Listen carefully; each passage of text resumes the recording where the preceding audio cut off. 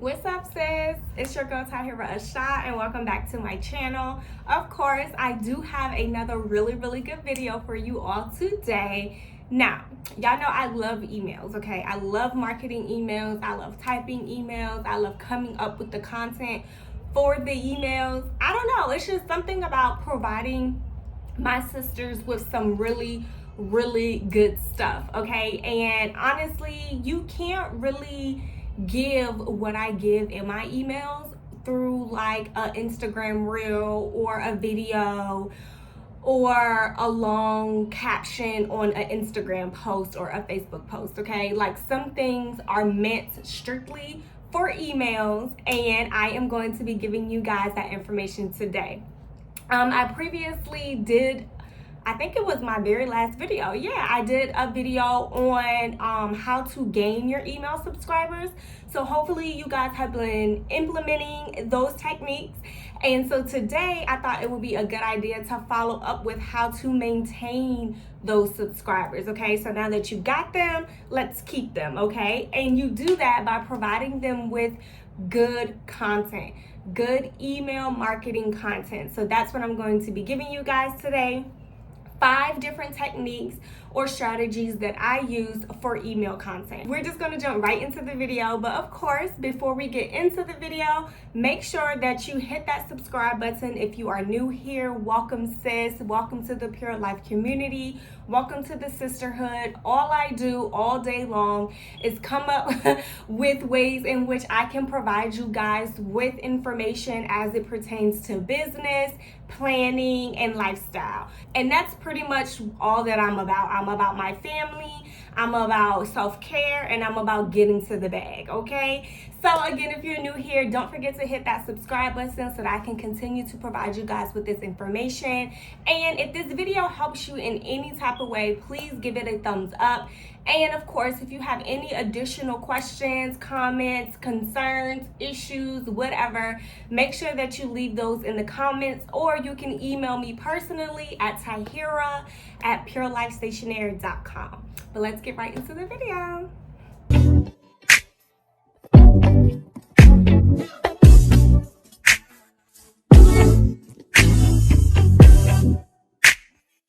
Okay, so jumping right into the video, as I mentioned, I thought it would be best to just start off with the duh one, okay? So this is the one that I say and you're like, duh, Tahirah. Okay, the very first piece of email marketing content that I have for you is letting your audience know when you have a new product or a new service coming to your shop, okay? Duh. But the thing is, you guys, when you are letting your audience know that you have a new product or a new service coming to your store, you want to keep in mind of why you are letting them know this, right? And how you can let them know this, okay? So you're letting them know, of course, because you want to buy it, but what's going to make them want to buy it? Their need for it, okay? So you have to show them why they need that product. And you do this by giving them an explanation of the product in detail, but not too much detail because you want to leave them wanting for more. So for example, with my planner, of course, I have thousands of pictures of the inside of my planner on my iPhone, okay? However, I'm not going to post every single one of those pictures in my social media, or of course for this video, email marketing. So I'm not going, so in my first email notifying my audience that, hey, you guys, the Pure Life planner is about to drop, I'm not going to show every little single piece of the planner. I might just show the front page, okay? Now, just showing what the planner looks like makes the people go crazy, okay? It makes them want more. They want to see the inside now. They want to see how I'm going to package it. They want to see like what it is that it can do for them. They want to know how it can help them, okay? So that is how you do it. You give them a little bit of information as it relates to like images or whatever of the planner or of your product, and then you leave them wanting for more. But the bulk of that email should be explaining the product in detail. So this planner is good for boss moms. This planner could be helpful for students. This planner could be used for your day-to-day life. Use it as a self-care planner. Use it for your 9-to-5. Use it for your business. These are ways in which I introduce a product to a Pure Life sister, okay? And you also want to be mindful that when you are giving someone a product launch email, that you are providing quality images and that you are providing appealing call to action buttons. So for example, all of my buttons aren't shop now or visit my shop now, shop the Pure Life planner, shop this, shop that. It's not that, it's boss up my life today. Let's say, for example, you are a boutique owner or whatever. You could say, get a new wardrobe or something like that. I don't know, but spice it up. I can't think of it right now, but spice it up, okay? Don't just always put shop, shop, shop, because you don't want it to sound spammy at the end of the day, okay? You want it to be really, really conversational and natural and just like a natural experience and a comfortable experience as they move onward to your website, okay? So that's tip number 1. Tip number 2 would be introducing yourself to your audience. And I know you're probably like, well, they know me. No, they don't know you. They know your business or they know your brand. Introducing you, this could be sharing a story, like sharing like a personal story, sharing why you started your business, letting them know, small facts about yourself. What's your favorite thing to do? What are your interests? What is your personality? You're basically allowing them to get to know you, because keep in mind, you guys, people don't purchase from businesses. They purchase from people. They want to know the person behind the brand. Who is this woman trying to sell me this planner? Does she even use planners? Like, is she even successful? Why would I buy a planner for her and she don't have anything going on in her life? Okay, like they want to see that you are actually doing what you're telling them to do. So for example, let's say that you run a credit repair business. Why aren't you sharing your personal scores? Why aren't you sharing the story about where you used to have a 500 credit score and now you're at an 800? Why aren't you sharing your story about how your car got repossessed? Why aren't you sharing the story of how you had an eviction? Why aren't you sharing these stories? People want to know the person behind the brand. And people love to think that they know you at the end of the day. So that's tip number 2. Just share who you are. Introduce yourself to your audience, and this should be done periodically. So you're not going to do this. I mean, I probably wouldn't even do this on like a monthly basis. You could do this quarterly. You could do this just pretty much every once in a while. Or if you get an influx of subscribers, then you can do it at that time. You just kind of weigh it out because you don't want to keep introducing yourself and you're introducing yourself to the exact same people. You just want to keep it natural. Again, make your audience comfortable. Don't be spammy. So tip number 3 is going to be describe your fan base. So this is pretty much you are introducing your fan base to themselves. And I know it sounds crazy, right? But if you are on my VIP list, then I tell you about yourself all the time. I tell you who a Pure Life sis is. I tell you what her strengths is, what her weaknesses is, who she hangs out with, what kind of appearance she has, what does she wear to date night. I tell you these things because it allows me to tell you what you need from me. Okay, if I tell you the Pure Life sis is really unorganized, she was late to work today, she was late to that birthday party that she said she was going to be on time for, her friends don't never come to her events on time because they know she's going to be late, and the girls be like, girl, I feel attacked. okay? But I'm gonna buy that planner because I really need to get organized. I don't want to be late anymore. I don't want to keep spending money on frivolous things. Let me buy that planner. She keeps telling me that I'm not good at budgeting, and I know I'm not good at budgeting, but sometimes I just need to hear it for myself. And not only that, but it creates community. So I'm not isolating my audience. I'm not telling them like, girl, you need to get your life together, you ain't never gonna be nothing, yada yada yada. It's, I understand, because again, going back to number 2, I used to be that girl, okay? So that is what you're doing. You're telling your audience about themselves, and then you slide your product in there like, hey, this can help you elevate your life. This can help you boss up your life. This can help you organize. This can help you be more productive. If you are, let's say, a boutique owner, or you do anything in the beauty industry, this can help you boost your confidence, okay? These are examples that you can use as it relates to your particular brand. But you do want to tell your audience who they are and why they need your service. Boom. Tip number 4. Hold on, y'all. Woo. Y'all, I bought this champagne for my photo shoot today. I went to a photo shoot today, that's why I look cute. But I brought this champagne, and it is so good, okay? But anyway, tip number 4 is notify your audience of upcoming events. Now, these events can be pop-up shops.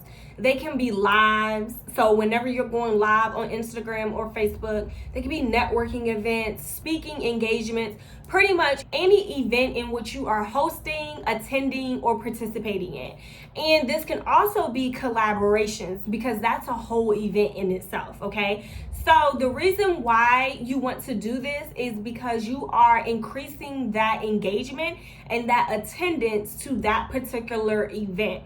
So let's just say that you went live for the first time on your business page and you got like 2 views. Maybe you got 2 views because no one was online at the time and no one knew you were going live. So why not notify your audience like, hey, meet me on Instagram at 6 tonight. Meet me on Facebook at 4 tomorrow, okay? Let them know when you're going to be someplace so that they can pull up on you. It's just as simple as that. And I would never forget, I was following a stationery company and I actually liked her products. She didn't send this through her email. She posted it on Instagram that she was going to be someplace doing like a pop-up show. And I was like, and it was actually close to where I lived. I was like, well, first of all, I didn't even know she was local. And second of all, like, I need to pull up on her, you know, like just to support her, introduce myself, you know, and you know, and of course, if I pull up on her, I'm going to support her business by purchasing something, posting her on my story or something like that.